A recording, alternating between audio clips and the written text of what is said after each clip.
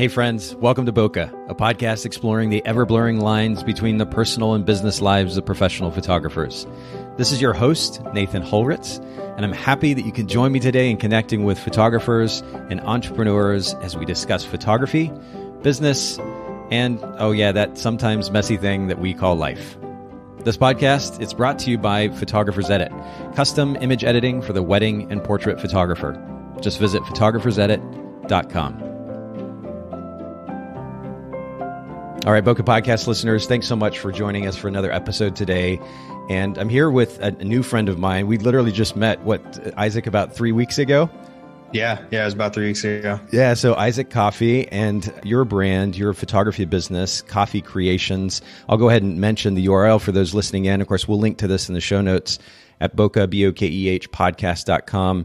It's Coffy, Coffy creations.com. Same thing on Instagram. And I have to say this from the outset, Isaac, major props to you for actually putting your social media icons at the top of your website where you don't have to go searching for them. I'm noticing with a lot of photographers' websites these days, you have to scroll all the way down to the bottom of their homepage to find social media. Did you do that on purpose? Oh, absolutely. Yeah, social media is such an important key element to brand awareness, because that's why I push social media so much, because I know I focus on high school senior portraits, and they find just some serious importance in social media. So when they can visit my website and then find me on social immediately, then everything's just going to flow all together as far as within the brand. And I know photographers like that too. I mean, we all creep on each other as photographers. So yep. I love being able to connect on social media. So if I'll visit a photographer's website, that's one of the first things I'm looking for, is that Instagram or Facebook URL, essentially. Yeah, I was confused about this actually some time ago. And so we got into it a little bit on the podcast. I had, I think, at least one person on who was a branding specialist, and asked them about this idea of pushing your Instagram or your Facebook icons elsewhere, where you have to actually, the person coming to the site has to look for them. That was confusing to me because, as you pointed out, people are engaging on social media. I mean, that's the so-called, the traditional watering hole, if you will. That's where people are going to connect on so many levels now, like it or not. And so why you would hide that from the viewer is confusing to me. The point that was made at the time was that they didn't want the I guess the viewers, those who are coming to the website, to go away from the website. They wanted them there on the website. And I can understand the point of conversation to an extent, but ultimately, most know that you're not going to be able to engage with that photographer on a more personal level just by scrolling through their website. If you go to their Instagram account, their Facebook page, you can comment, you can like, you can actually create a conversation there, and it seems like a much more personal interaction.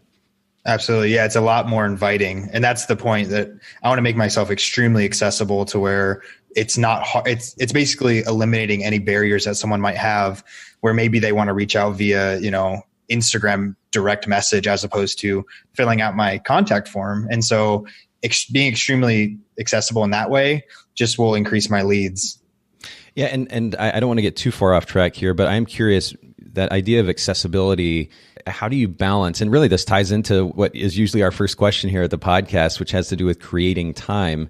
But how do you balance accessibility, especially with social media, and somebody can DM you any and every time that they want to? How do you balance that accessibility and availability with also not kind of getting bogged down and constantly, quote, working? When it comes to being accessible, there still has to be the parameters on my end as far as when I'm going to be responding to people. So then expectations are set in place. So what I mean by that is more like I try that's key word here. Try not to respond to messages after, like 6 p.m., 7 p.m. or whatever, or even super early in the morning if I'm up and at it at 5 a.m. I'm trying not to respond to messages then, because I want people to understand is like, you message me, I'm not going to be getting back to you whenever's most convenient for you, yes, but more so in my business. And so setting those parameters has helped me a ton, because I used to not do that, and clients would be confused if I didn't respond to them immediately. That's an interesting point of conversation. It reminds me, actually, I was in an email. Right now, it's about 1:00 in the afternoon Eastern. I was in email this morning, which is a little unusual for me. I normally push communication, email, phone calls until the afternoon, mid-afternoon or so. And I sent out a couple of emails, and I was even thinking this morning as I was in those sending those emails that I don't want to confuse the expectations that I have at least created with my team, which is I handle communication around 2 to 3 p.m. in the afternoon, because I then don't want emails coming into my inbox and they're like, well, why isn't he responding right now? So being consistent in the expectations that you set, following through on those is really important. There's actually a tool, little extra tip for those of you listening in here to get us started, called Boomerang for Gmail, that enables you to be able to schedule that email to go out at a later time for the sake of managing those expectations if you need to. So if you happen to be doing some work late at night, let's say it's 8, 9, 10 o'clock or whatever it might be, and you want to send out, go ahead and respond to these emails, but not send it out and create an expectation that you're going to be responding to communication at 10 o'clock at night. You can use Boomerang for Gmail, and it will enable you to be able to send that email out at a more appropriate time that reflects that expectation that you're creating for your client. Definitely. Yeah. Because I know as entrepreneurs, sometimes we don't have an off switch. So tools like that are amazing. I've used it just a little bit, but definitely not as much as I should, because that's phenomenal. I mean, as far as being able to respond whenever, but only allow it to send when you need it to. So that's great. Yeah, it's a great tool. It also has the ability to be able to bring an email. If you send an email to somebody and you're questioning whether or not they'll respond, or you're concerned about them responding in a timely manner, you can set it up so that that email boomerangs back to your inbox if that person hasn't responded in a certain time frame. And I've used that quite a bit as well. It's really helpful. But anyway, I love how this conversation is starting off, and I think we're going to have a lot to share with the listeners today. Let me get to our first question, which is normally to do with this idea of saving time or creating time for ourselves. Is there something that you do in your day-to-day workflow, your week-to-week workflow, that enables you to create space for yourself and the important people in your life? Yeah, I was excited about this question because it's got a weighty answer if you're ready for that. Yeah, let's do it. Yeah. So I'm 24 years old. I'm younger. I grew a beard so that I look a little bit older. So all part of the brand. But no, so I'm 24 years old, and it's been about 2.5 years ago, my business was expanding like crazy. I was moving into a new downtown space. It needed some renovation. So I was doing a lot of the work myself while I was in just like full senior season, essentially. And I started stretching myself so thin to the point where, being in my first year of marriage, I completely neglected my wife in a way that I just was so focused on building a future for her and for us that I completely just forgot about it. I set it to the wayside and missed basically an entire first year of marriage, which is said to be one of the detrimental kind of like foundational building points in someone's marriage. Wow. The wild part was, what really kicked me on my butt was, I struck a fever one night, and essentially a virus attacked my heart. My immune system was just completely wrecked from the stress. I was sleeping probably 3 to 4 hours a night, and I had a heart attack. So wow. I was hospitalized for a couple days, and then put out of commission for about a month. I mean, it was like a month of climbing stairs would hurt my chest and hurt my heart. And the wake up call that came with that was this just wild understanding that it doesn't matter how young we are or how old we are or kind of what health we're at in our life. If we're completely neglecting the important parts in life, what's now, we could be gone tomorrow and not had the chance to really experience life for what it really truly is. And so that was, as I'm very susceptible to heart attacks now. It doesn't run in my family. That's not a genetic thing in my family. So it kind of has some big long-term effects, but it opened my eyes to the realization of that alone, of like, my wife is one of the most important things in my life, that I can't just throw that away, because again, if I die tomorrow, even if it's a car accident or something that's not health related, I will have completely thrown away things that I could have been enjoying. And so as far as technique and tips, that alone just made me realize, okay, I need to really focus on what's most important in my life, being my wife, being my family, my relationship with God. I need to focus on those things right there and not all this other stuff that's bogging me down. And so that's when I began with the outsourcing. I hired an assistant to do things that I didn't need to be doing. I found the tools that could allow me to essentially, like the Boomerang, where it allows me to respond, that kind of stuff.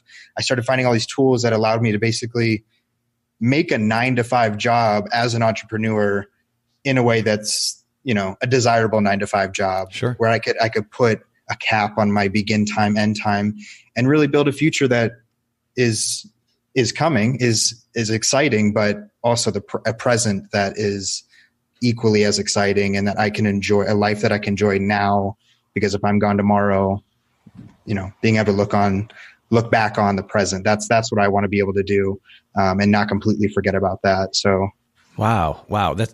First of all, thank you for being willing to share something like that. And it's a powerful story and a really powerful reminder for all of us too. And I love the emphasis there on relationships, particularly with your wife. And man, it is a tough thing. I also got married young, and those first couple of years when you're kind of figuring things out and learning a lot can be really, really tough. And so I can understand what you're talking about there, but I'm curious now that you've implemented. Well, actually I have a couple of questions for you. So first of all, what would you say would be the biggest tool or technique or I hesitate to say trick because it kind of sounds trite, but the tool that you've implemented that has saved you the most time, number one, and then two, what does like a day in the life look like for you and your wife now? How do you guys like to spend time together?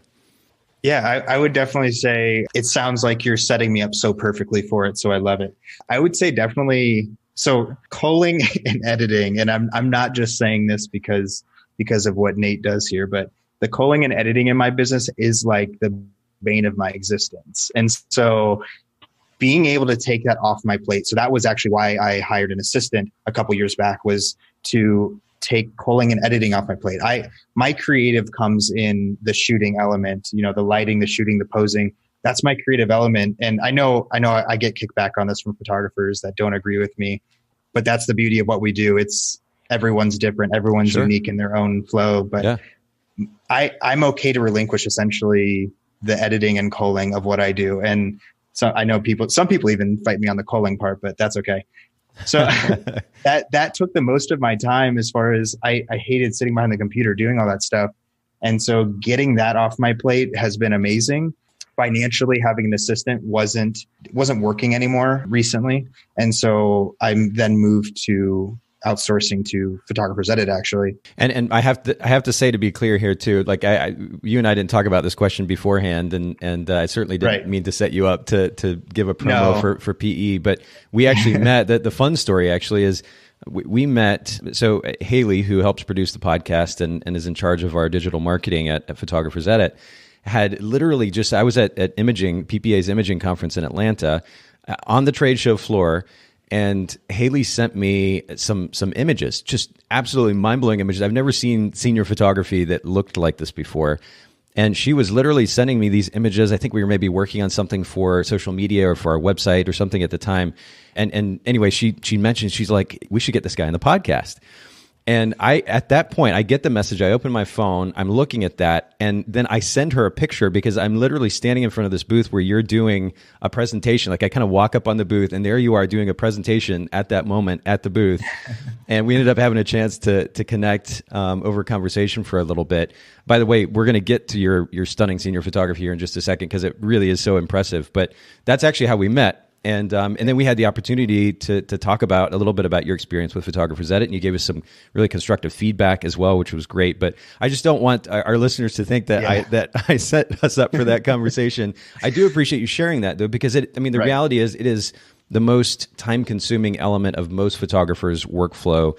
We're all involved in a workflow on a day-to-day basis, whether we call it that or not, and that editing work, the culling and color correction, and any other retouching or otherwise, the editing work is likely the most time-consuming element of most photographers' workflow. And being able to get that off your plate, even if it's a percentage of it, can make a drastic difference in your life for sure.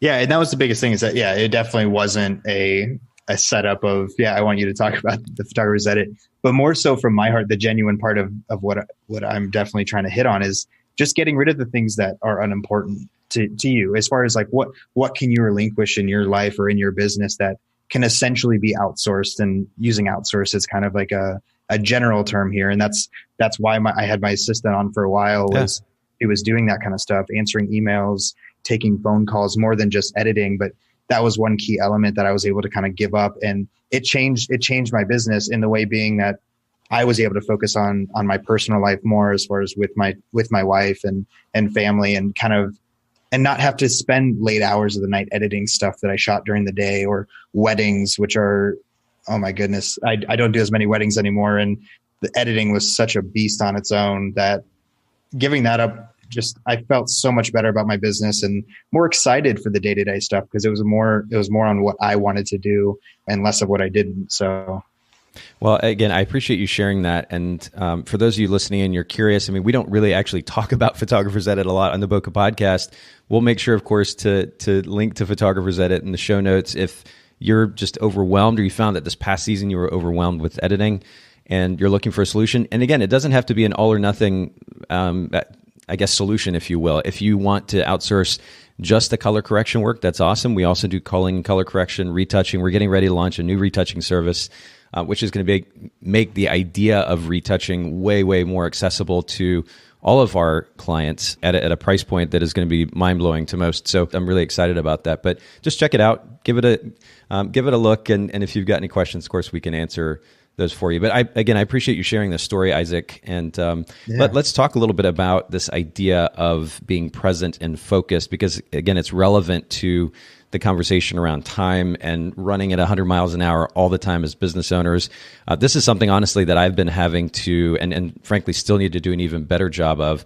I found, I put a lot into 2018, and coming out of it, I'm kind of still recovering almost. And even this week, I've had to kind of tone things down a bit and take a step back, because I see that even my physical body is responding in a way that is not normal. And so I'm trying to address that. But in addition to taking time for ourselves and getting rest, there's also this idea of being focused and present and centered. And when I say this, I don't mean to make it sound too woo-woo.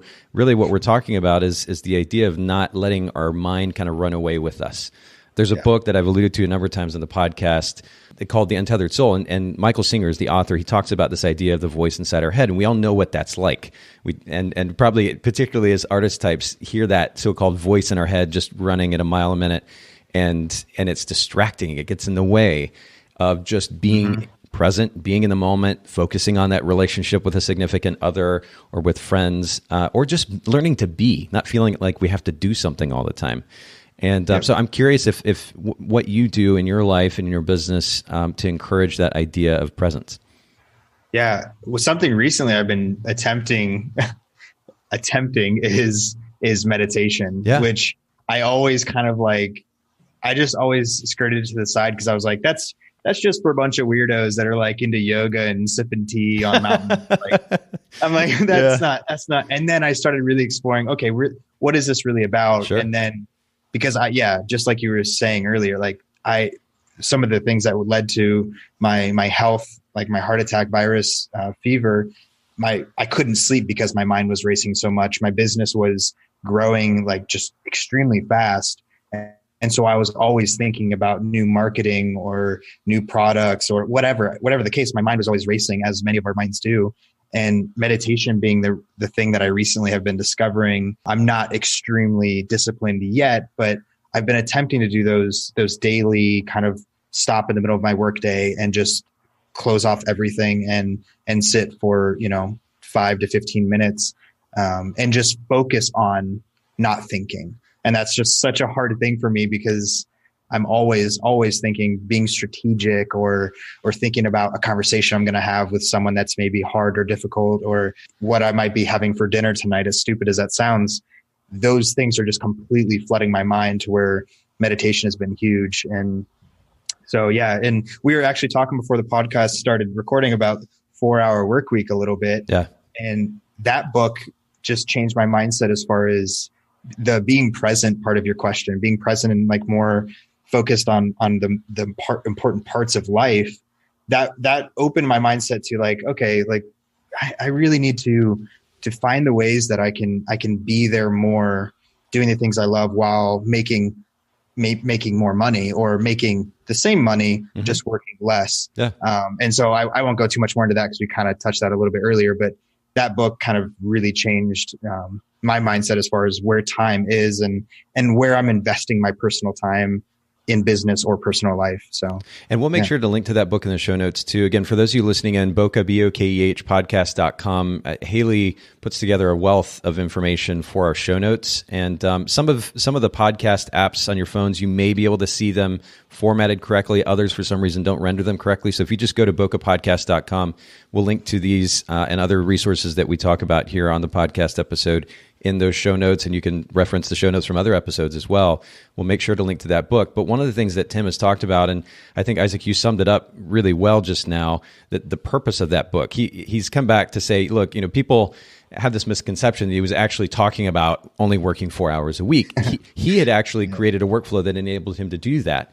But ultimately what he's talking about is what you just mentioned, Isaac, that idea of working intelligently and figuring out ways to be able to generate comparable money with less work or less busy work, I should say more specifically.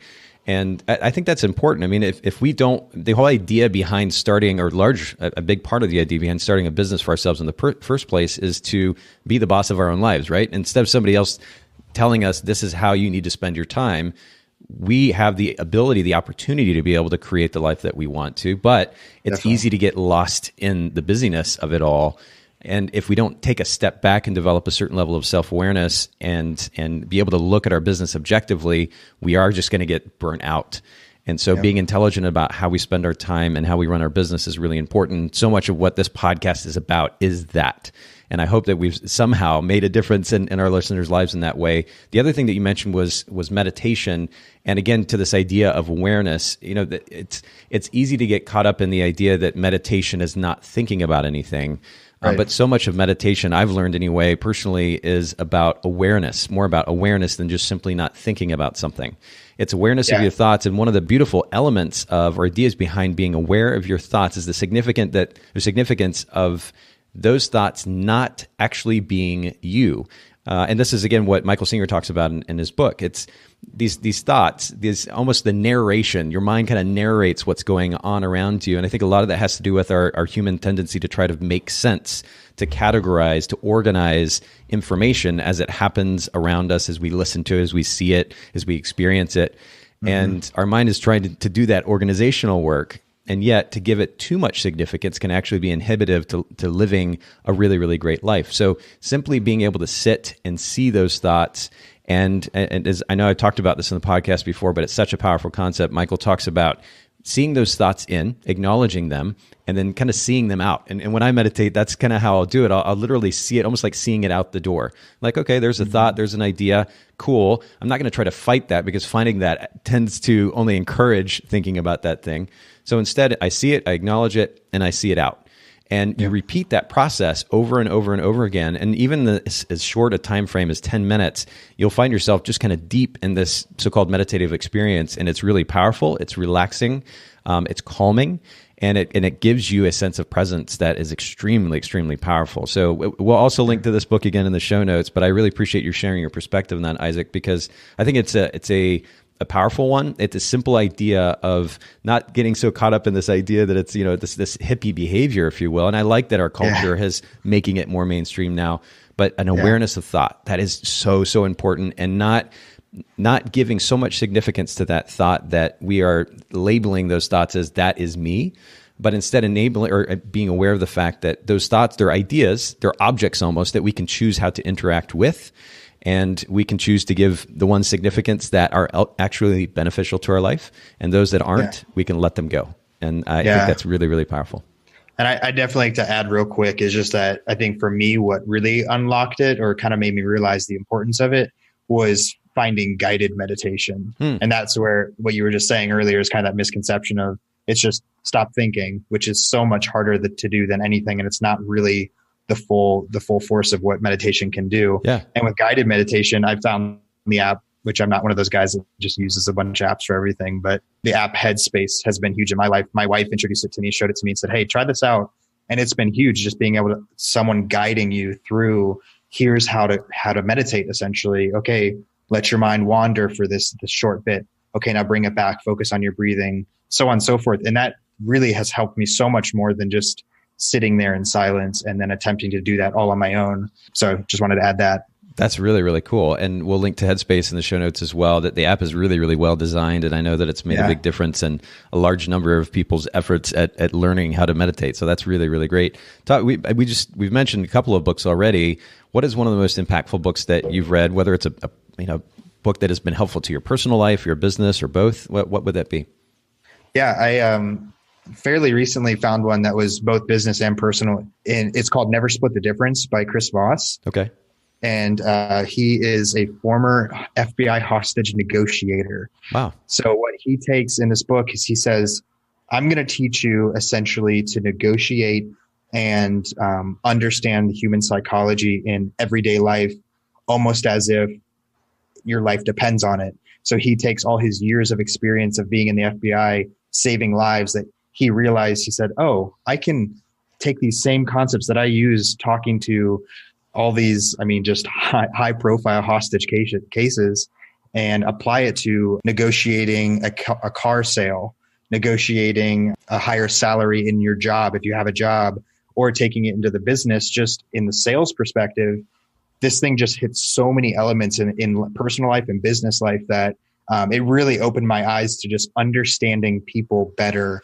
Not in a way that's manipulating people, but in a way that's more speaking into what people really need to understand or need to hear, hearing their name, saying their name out loud to them, just stuff like that. It was a really cool book that I've referred on to a couple people, and I've gotten back just good reviews from them saying how much they enjoyed it. And so I definitely recommend checking it out. Never Split the Difference. Really great book. Well, we'll link to that in the show notes. It reminds me, you talked about even the significance of calling somebody by their name.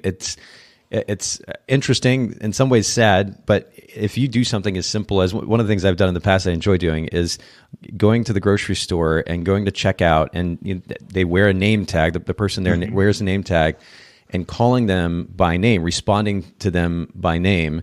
And I enjoy looking for that response, because even if it's just kind of a glint in their eye that somebody has acknowledged their presence, their significance, who they are. It's amazing how small things like that can make a difference in the way that you engage with people. And it reminds me of course, an iconic book at this point, How to Win Friends and Influence People. Yes. And that book talks about a similar idea as well. But I love that. We'll make sure to link to that book in the show notes as well. And for those of you listening in, you've already got 3 books now from this episode. You're going to have to add it to your Kindle or go pick them up at the bookstore. This is really good. So let's make a transition to talking a little bit more about photography. And honestly, I've really enjoyed the conversation thus far. I love kind of delving into the personal elements of living life as a professional photographer.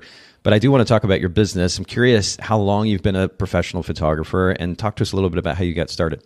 Yeah, I started in high school. I joined the high school newspaper. They asked me to be a part and photograph and tell stories just throughout the high school and sports and all that good stuff. Then ventured on to other basically media classes. Like we had a video production program, which was really cool in high school. And then the yearbook, of course, and all these classes started gravitating towards like my desires. So I kind of just full head first my senior year went into all of these different classes and fell in love with it. But as I was trying to figure out what I was going to do after high school, I started looking at the average salary of a photographer on, I don't know, probably Wikipedia. Yeah. And everything kept coming up saying the national average for photographers is 20 grand. And it was just an eye opening, me just being this vulnerable little high schooler saying like, oh my gosh, $20,000. I might as well just work at Wendy's. Like that's not going to feed a family or be able to allow me to travel or whatever the case. So I went off to college and still did photography on the side, but had no intentions of becoming a photographer. And the more and more I just kind of grew the business on the back end unintentionally, I realized, you know what, screw this. I don't care about national averages. I don't care about the fact that I live in a super small rural town. I'm going to make this successful regardless of any other status quo and just go for it.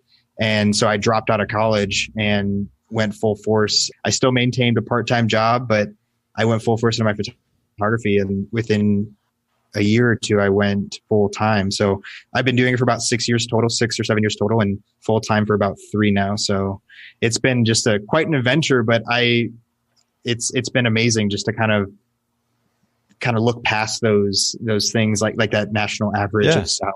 Like that was just complete lie. I mean, I could see how that may be pulling from, I don't know, maybe, I don't know where that is coming from, because that's definitely not, it's all over the board as far as photographers and business owners. And so I definitely encourage, if anyone's listening that is looking to get in photography or just starting out and is discouraged hearing that you can't make money in this industry, there's definitely a way to do it. And it's just more about your mindset and kind of where you want to take it and your dreams. So 100%. And you know, I hear the word dream, and you know, unfortunately that word is thrown around a lot these days, and it's almost become a cliche. But the reality is that if you're smart about, I mean, if you have an idea, a goal in mind, we talk about this idea of a big picture view here on the podcast quite a bit.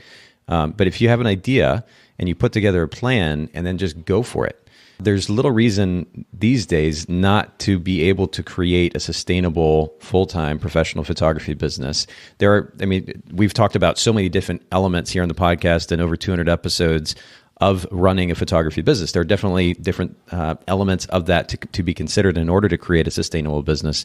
But ultimately, a decision to go for it, that's where it starts. And I love that mentality that you have. A lot of times it's easy to get inside our head. And again, to our earlier conversation, give too much significance to some of those thoughts. And that becomes inhibitive to our ability to actually create something really great. So I love that you've just thrown yourself into it, that you've gone for it, you've made it work. Major props for that. And I think that's what really wonderful encouragement for those listening in. Again, not to minimize the significance along the way of being aware of your numbers and understanding and we're going to get into this here in just a second, but having a very clear brand position, which not only enables you to be able to create more distinction to those potential clients, but also ultimately just to market a lot easier. There are so many, and those and other elements, of course, that we've discussed here in the podcast, really important to keep in mind, but you do have to be willing to just throw down and run with it and put the work in. And so again, I congratulate you for that. I give you major props for that. I love the mentality, and I can very much relate to it. Sometimes you do have to kind of just figure things out on the way, you know, kind of the jump off the cliff and build your wings on the way down. I don't like that as an all-encompassing philosophy, but I can very much relate to that idea, because sometimes you do have to just go for it. It's easy to get stuck in the questions, and the questions from other people too, like questioning your ability or your motive, or whether or not this thing's going to work. And, you know, you bring up an interesting point about statistics. It is good to develop a certain awareness of statistics. In some cases, and even many cases, maybe you can go beyond those statistics. But it's interesting. I think a lot of photographers don't realize, I've mentioned this before in the podcast, but roughly 70-75% or so of just weddings, if we look at weddings in the US, are photographed for $2,000 or less.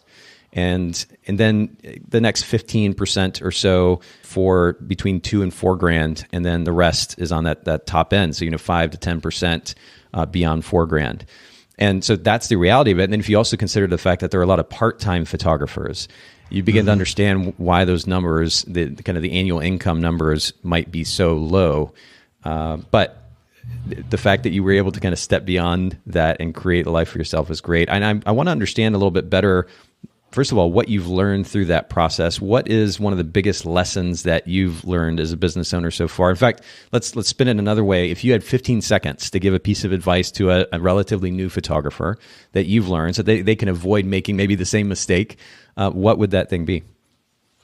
Yeah, you kind of said it already, actually.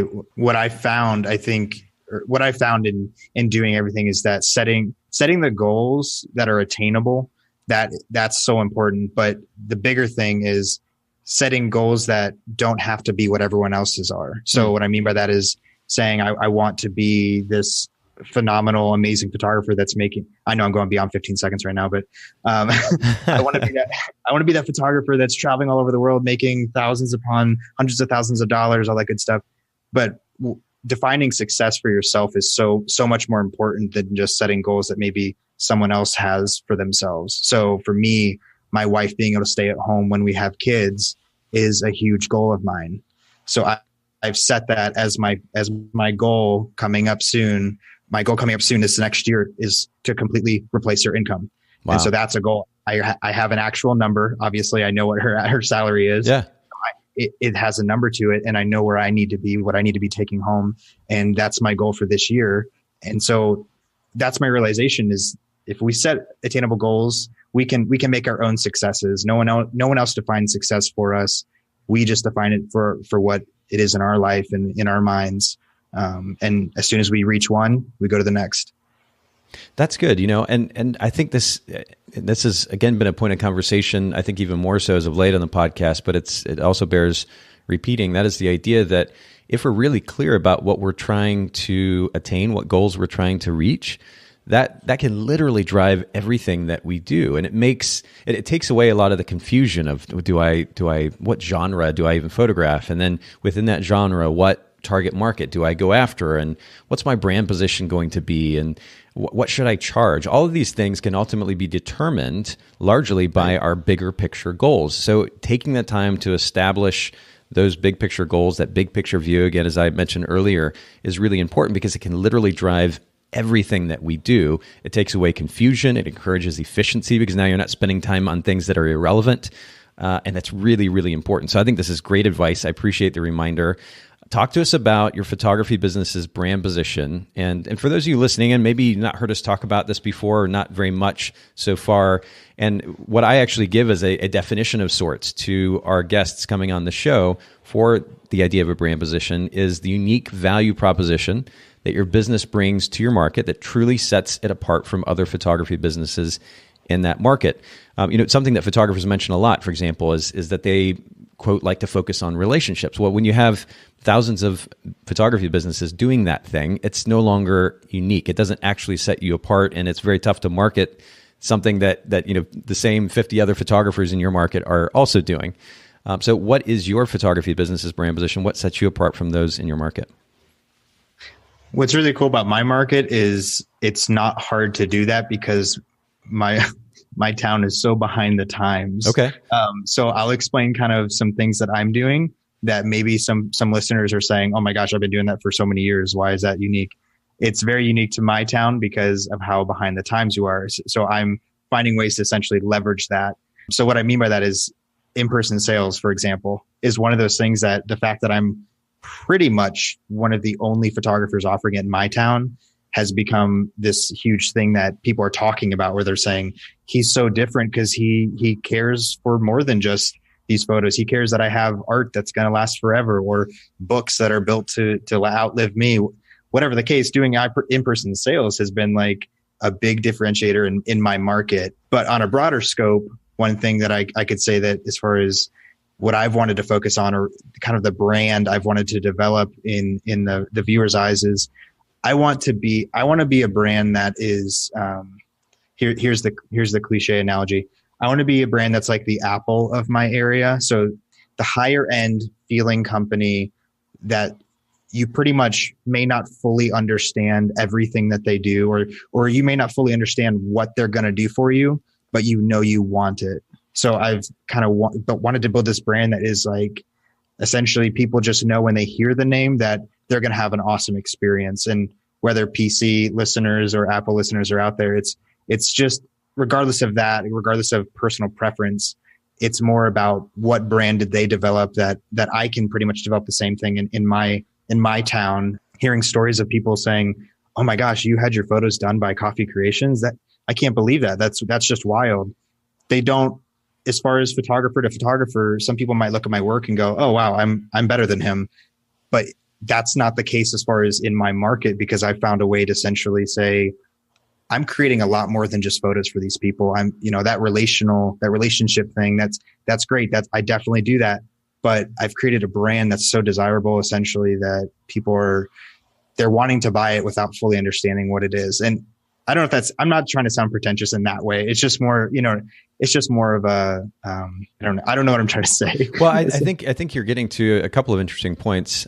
First of all, one that's interesting, you made that comparison between Apple and Windows.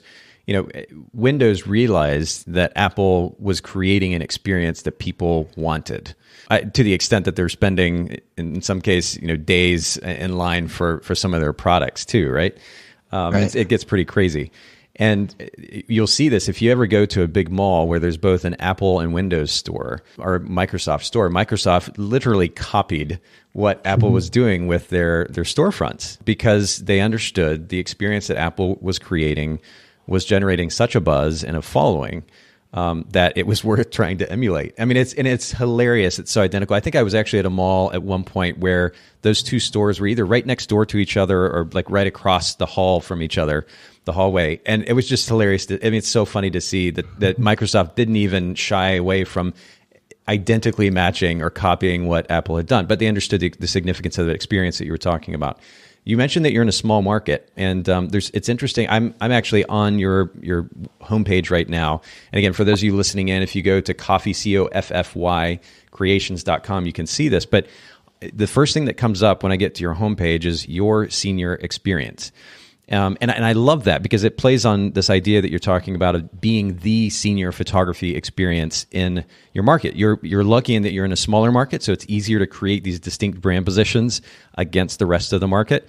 I had a similar experience as a photographer in the Chattanooga area way back in the day when this idea of journalistic wedding photography was a new concept. California was doing it, but here it was still very, very traditional. And the standing stiff and smiling at the camera with big studio lights inside a church, like that was what, quote, good photography, wedding photography was. And we had the opportunity to be able to create a distinct brand position as being this modern wedding photographer in a small market because nobody else was really doing it. And so you have a really cool opportunity to be able to do something comparable there. But the statement, your senior experience, that you're not saying you're a senior photographer. You're saying you are the senior photographer.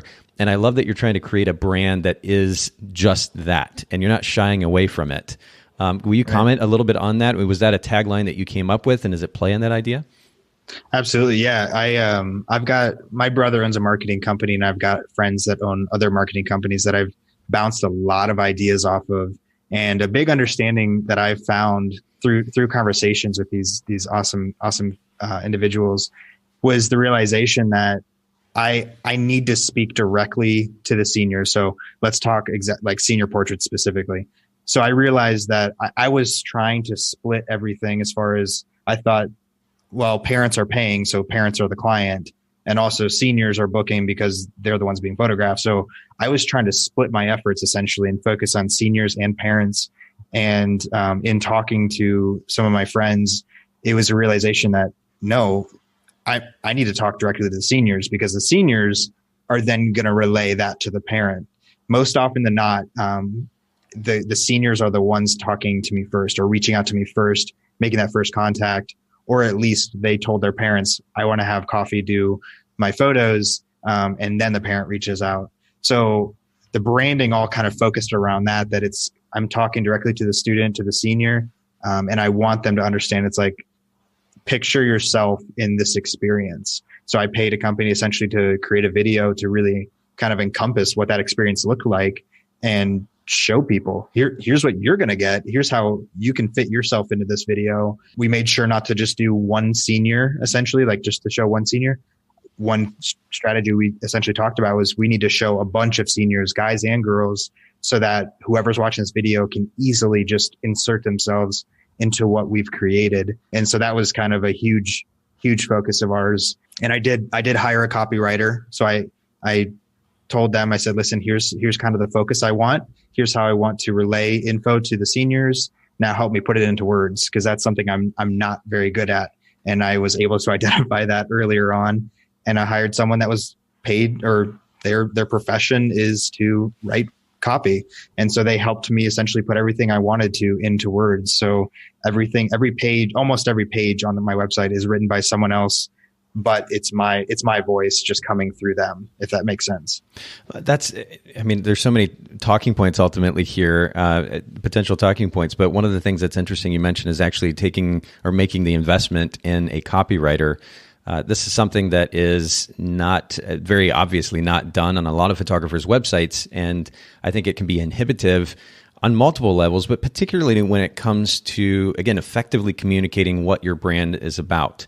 If you have somebody who is an experienced copywriter who knows how to take, what might be a 2 or 3 paragraph expose on an about page and condense that to something that is, a sentence or a couple of sentences that can sum up like an experience, or take what might be 3 or 4 sentences to describe what you feel like your brand position's about into a phrase that's 3 or 4 or 5 words. not only does that help clarify things in the minds of your potential clients, but it makes it so much easier to be able to effectively market, to create a marketing campaign on Facebook, for example, because now you're not struggling to try to figure out how to fit enough text or a bunch of text into that little ad that you're about to run. So that's a really interesting note. And I also like that you're speaking directly to the seniors. We all know that, at least in most cases, the parents of these seniors are paying for the sessions. But if you can get the seniors, or create fans basically of those seniors, and they're talking about it and they're excited about it, that pressure is going to be put on the parents then to kind of follow through. Yep. And I think that's an interesting kind of guerrilla style marketing effort that's really, really great. I want to let's actually, it's a great segue really to get into something that you mentioned. I think you began to allude to earlier, but the idea of focusing on senior guys, because we see senior photography. First of all, I think it's still kind of an underdeveloped niche in some ways. There's so many wedding photographers or maybe family portrait photographers. For the longest time, senior photography was kind of dominated by companies like Life Touch or Olin Mills. And now there's this opportunity for photographers to come up and individual sole proprietor businesses to come up and take over that niche. And yet so much of what you see in senior photography, at least on the front end when it comes to marketing and Instagram and so forth, is the female senior. But guys, that's something that maybe isn't quite focused on as much. And so I like that you're focusing on that niche. What kicked off this particular focus for you? With photographing guys, I kind of realized as far as how to communicate to them better. And so being a guy helps, obviously, like that's kind of one thing that really helps. Yeah. But I fully believe that anyone can do this. Essentially, if you can match their tone, and kind of speak their language. And what I mean by that is not talking slang, just like trying to be cool when you're not cool. Like that's not what I do, but I kind of get a vibe for them when I meet them in the room and just say like, okay, here's kind of what the level they're at. Here's where, they're coming in not very excited about having photos done. And most often it's actually, this is the flip for girls. It's usually the parent reaching out and then they're bringing their son along for the session. So I've tried to essentially find ways to make the guys excited for their session, where pretty much I can kind of say that almost every single time I bring a guy into the studio to meet with them before their session, they're almost always leaving excited. Even if they don't say it, I can tell their entire tone has shifted after I'm done talking to them. And so here's kind of my key takeaway is essentially with every guy, I'll ask them about like what their hobbies, their interests are. This is the typical stuff that you would kind of want to know with any client, but I'll kind of get to know them a little bit better. But the one thing I really get them to open up on is I say, listen, let's just assume that no one has to see these photos. Let's just say no one needs to see these photos except for you. They don't have to go anywhere else but in our studio where you see them in a private viewing session, essentially. What's the one thing you would really love to photograph that no one else has to see? Regardless of how cheesy you might think it might look, regardless of how cheesy maybe you saw on the internet with a guy in his car, regardless of that, what's the one thing you would really enjoy seeing yourself in? And that's where they start opening up about something like, oh yeah, I don't really show this off much, but I'm a bowler. I love bowling. Okay, awesome. Great. Let's talk about that for a bit. And so I start getting to open up about these ideas. They start envisioning these photos that maybe initially they thought, oh, that'd be so cheesy if I brought that up. But then I was able to kind of paint this vision in their mind of like, no, we can make this look legit. The photos that Nate was talking about near the beginning that they edited for me was actually a guy that said, I like to snowboard. And that's something I enjoy doing, that I'm not a professional snowboarder. I don't plan on snowboarding anywhere, but I like snowboarding. And I said, okay, awesome. Well, it's gross out right now, so we can't really shoot outside. And plus it's extremely cold in Ohio, so I don't really want to anyway. I said, how about we take some fake snow and create some really cool snow stuff in the studio? And we started painting this picture, and he just got so excited. He got thrilled because then he's just like, okay, he can envision it wearing his goggles, bringing in his board that he loves and cherishes. And so painting the picture for them really helps kind of bring it into where they get excited about it. And that's something that clicked with me recently, that guys they want to be treated the same. They want to look cool. They want to look awesome, just like the girls want to look awesome for their Instagrams, and they want to look great and feel great. guys want the same thing. They just don't know how to express it. They don't want to seem like, they don't want to seem girly because they're excited to have their photo taken. They don't want to seem like weak because they want to go into a field and take pictures. Like being able to kind of bring that out, then they're understanding, okay, that's awesome. And helping them understand that no one else has to see these photos. If you don't love them that much, if we create something like that's super cheesy and you see it and you're like, oh, gross. Okay, cool. No one else has to see it. Helping them understand that has just like allowed me to open up so many more guys to these ideas that are out there and different and unique. Okay, so many different directions again that we could go here in the conversation, but I want to go back to first this idea that you are, and it's a very simple idea, but it's a powerful one. Everybody listening in, key into this because this is huge. You are effectively able to speak the language of these male seniors because you happen to be male yourself. And again, whether you might think that's a simplistic notion or not, it's a really important principle to keep in mind, which is in addition to establishing a big picture view, which drives the business model that you're creating, part of that effort to find the business model, or more specifically the niche, the particular market that you're going to go after, is to go after a market that you can effectively relate to or feel relevant to. And more ideally, that you can speak the language of. And I think that's a really important idea to keep in mind. Again, it makes the marketing effort so much easier. And then your interaction with that market is less contrived as well as a result. And I think that's really huge. And then especially when it comes to teenagers, I mean, they can read you like a book and they know if you're putting on a show or not. And the fact that you can be yourself, more yourself, and the way that you engage with them, I think is really important. So this is really good. You mentioned, let's kind of build on what you were just talking about. I mean, it's not that you've not photographed girls as well, but as you make this move toward photographing senior guys more and more, what have you noticed are the bigger differences? You already alluded to one, but maybe sum up the biggest differences between photographing female seniors and male seniors, as far as, I don't know if it might be the way that you have to interact with them, the mentality that they bring to the picture, as you alluded to just a little bit ago. What are the biggest differences? So with guys and girls, what I did say earlier, the similarity would be definitely that the guys want to feel awesome and feel amazing. The biggest difference being that you can't pose them the same. So with girls, there's tons of just options out there as far as how you can make them look great. But with guys, you're kind of, I don't want to say limited because it's just different. And so with that, understanding kind of their personality, then being able to show that in their photos is huge. So one example essentially is there was a high school guy that he was a wrestler. He built just really kind of muscle, like just, you can tell he was proud of his physique. So like I was able to essentially say, we don't need to be cheesy with I forget what those are called, the wrestling, what they wear. I forget what they're called.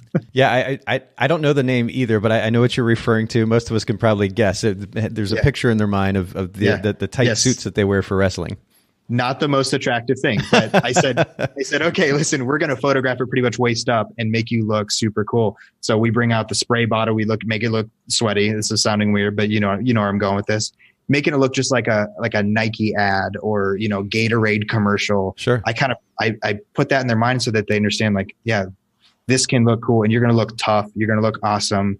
But the posing is one of the biggest differentiators, that finding out how to make them look awesome. Like that's where girls want to look awesome too, but it's very different. It's very refreshing too. Oh, I can imagine, and probably challenging simultaneously because whether it's there are obviously negative associations with this idea, but our culture is kind of in some ways ingrained in women, even young women, how to pose themselves, how to stand, how to look at the camera. And so there's almost an expectation that that's what they're going to be doing for the camera going into it. And it might be a little bit easier personality wise, of course, in many cases, probably a little bit more excited about the idea of being photographed and having photographs to share with their friends. Guys is probably a little different vibe in many cases. And so I like that you were first of all creating an environment for them in which they feel comfortable sharing who they are through their interests and encouraging the idea that you're going to highlight those interests through photography. That probably sets the tone sets them at ease a little bit more. But I can imagine the posing would be a little bit just a different experience. I never had the opportunity, maybe once that I ever photographed, once or twice that I photographed seniors, and maybe one of those times was with a guy. So I don't have a ton of experience. I imagine that it would be kind of difficult going into it, but that is definitely something to keep in mind. It seems like a lot of it would be driven by creating a comfortable environment for them. And you alluded to those pictures earlier too.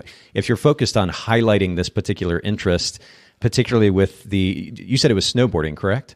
Mm-hmm. Yeah, the snowboarding, the goggles, the color, the lighting that you used in that. And I think you were using colored powder as well, correct?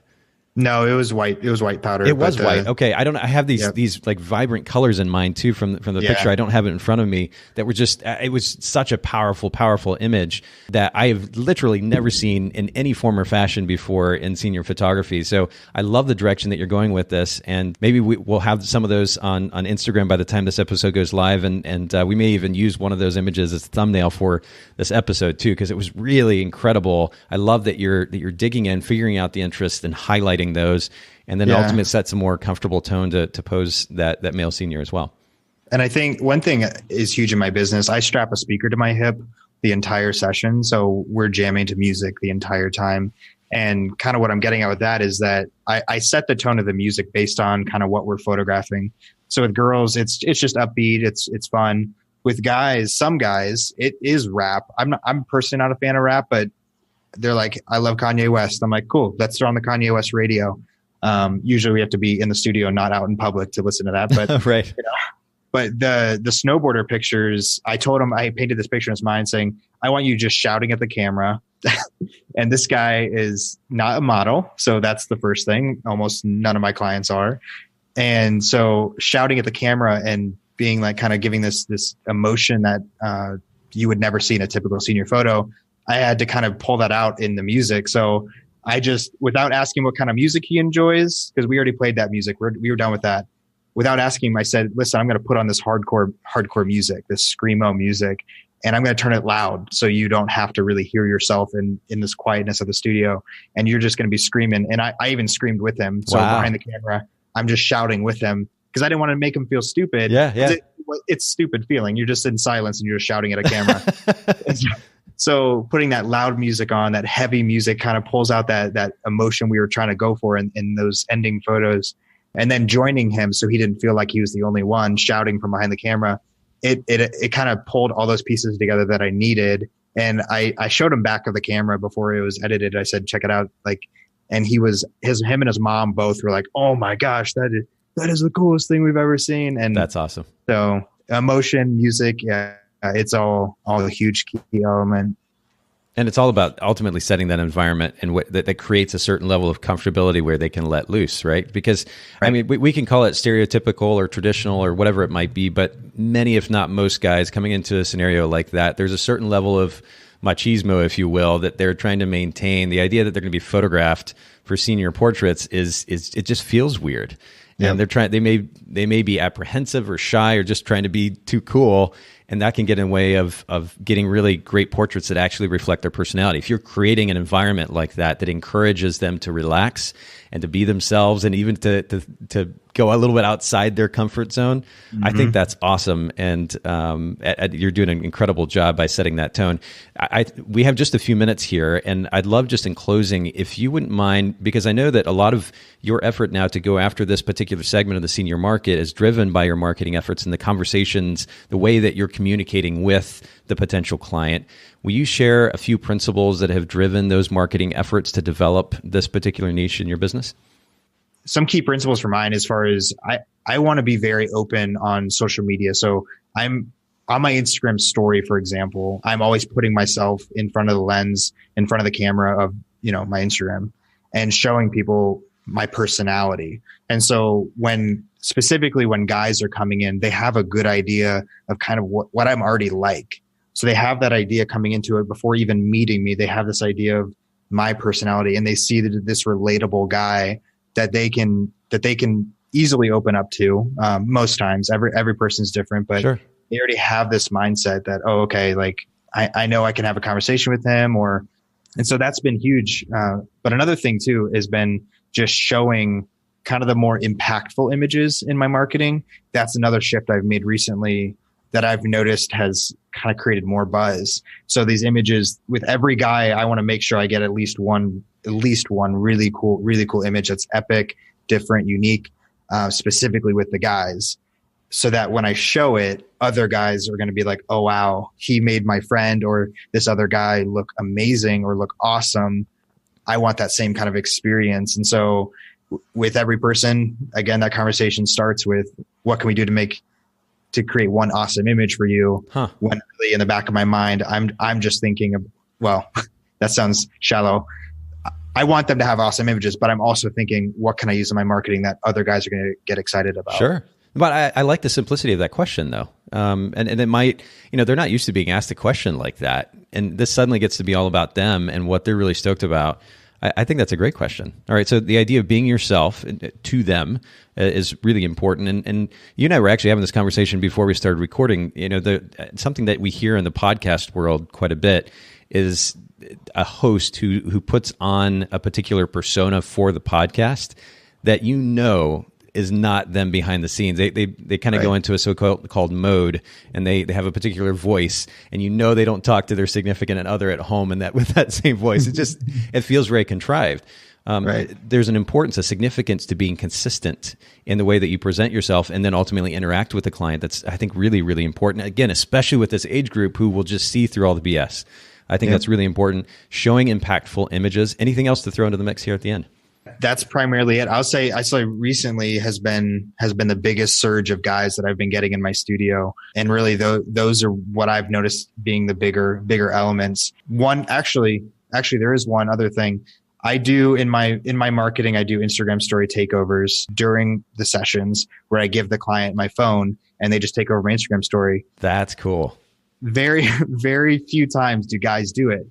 And so girls are all about it. They're like, oh my gosh, he's got over 10,000 followers. That's so cool. And they're really excited to do it. Guys, I've had like one or two guys in the past that are like, yeah, that sounds awesome. Most of them are like, no, I'm good. I'm like, okay. Well, can I at least put you on my Instagram story? And they'll be like, yeah, that's fine. They're cool with that as long as I'm running it. And so I'll do some selfie videos of me and the guy, or I'll just do some behind the scenes videos, or photos from my camera onto my Instagram story. Because again, in the back of my mind, all I'm thinking about is their friends watching it. Their friends being able to see how I interact with their buddy that's getting their photos done. Being able to see that, it really just opens up their eyes to just like how non-stale it is, or how much fun we have.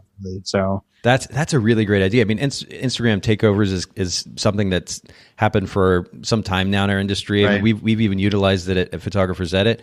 But the idea of having a senior take over for, I mean, in many cases, you're pretty young, Isaac, at 24, but a lot of photographers, they're in their 30s, maybe even older.